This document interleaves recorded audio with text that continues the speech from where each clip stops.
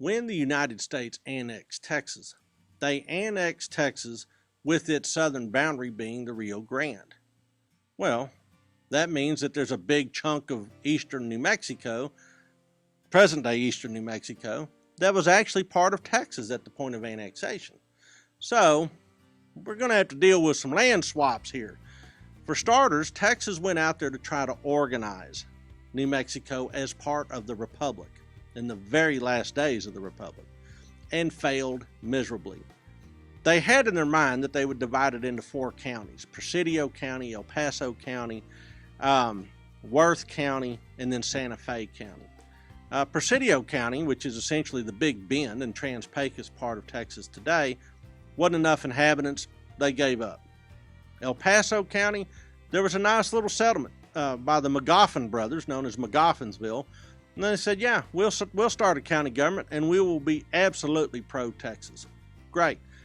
Then they'd go up to Albuquerque, try to settle or create Worth County. No interest among the folks there.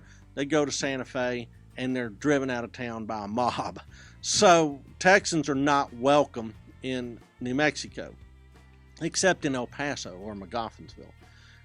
Meanwhile, during the course of the U.S.-Mexican War, U.S. authorities capture Santa Fe and Taos, and they set up their own government, a United States territorial government, which is in direct opposition to the territorial claims that Texas brought into annexation.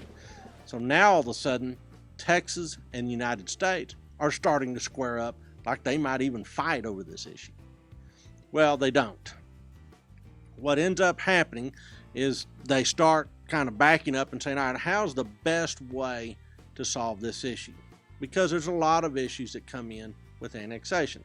Not only this territorial dispute, but also there's now an Indian policy that is a federal Indian policy and not a Texas Indian policy. Remember that Article 11 of the Treaty of Guadalupe Hidalgo? It basically says that any Indians that are in the United States, you guys own them, you got to control them. So now the United States has to bring in troops to contain people like the Comanches. So Texas now has a requirement to cooperate with the federal government, but it also has differences with the federal government.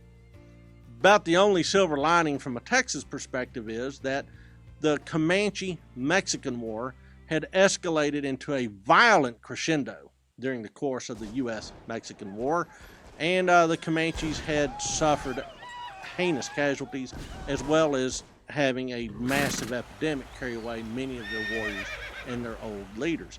So the Comanches are weak just at the time that Texas is having to figure out where it fits within the American Union. Ultimately, these issues become settled, at least the boundary issues, with the Compromise of 1850. In that compromise, the rather substantial debt that Texas brought into the marriage with the United States is assumed by the American taxpayers. I'm sure people in Massachusetts were thrilled by that. But that debt goes away and Texas gets to start with a clean slate in exchange for all that eastern New Mexico territory.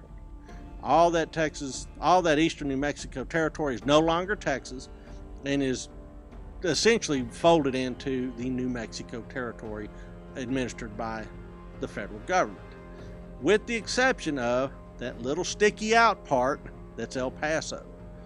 After 1850, Texas begins to look like Texas, and Texas can now put all of that sort of developmental stage behind it and get on with becoming a state within the United States.